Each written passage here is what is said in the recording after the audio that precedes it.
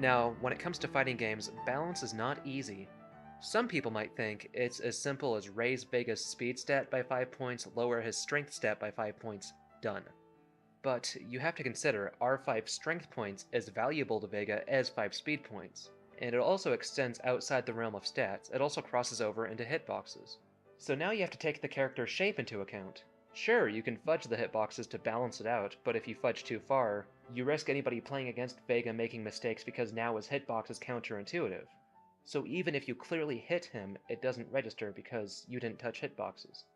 And here is the real kicker with hitboxes. See what I did there? If Ryu's air kick hitbox looks like this, you have to consider the shape of every other character's hitbox in relation to Ryu's hitbox, and the shape of any counter hitboxes in relation to this. And you also have to consider combos, or how hitboxes relate to each other within successive moves. This becomes a monumental task if you want to add in, say, 25 unique characters, and want to keep them all as balanced as possible. Now, I know somebody out there might be saying, if balance is so hard, why even bother? Just make the characters off balance and call it good. If balance isn't managed well on high levels of play, you'll find players only playing 2 or 3 characters. So with a roster of 30 characters, only 10% of any possible matchups are being achieved at tournaments. So all of the work that went into making those 27 other characters unique is squandered, at least within competitive circles. If you want an example of what this is like, check out almost any MVC2 tournament. Out of the 56 characters, only about 4 of them are ever used at tournament level play, because it is so unbalanced. While players can still have fun with the game, anybody wanting to play competitively is hugely limited, despite the fact that the roster is so huge. Another way to do this is if all characters are balanced enough, you can just ban the 4 overpowered characters to make for more variety in play. But, once again, you're getting rid of characters, so the problem isn't completely solved. And here's another thing to consider: balance constantly shifts.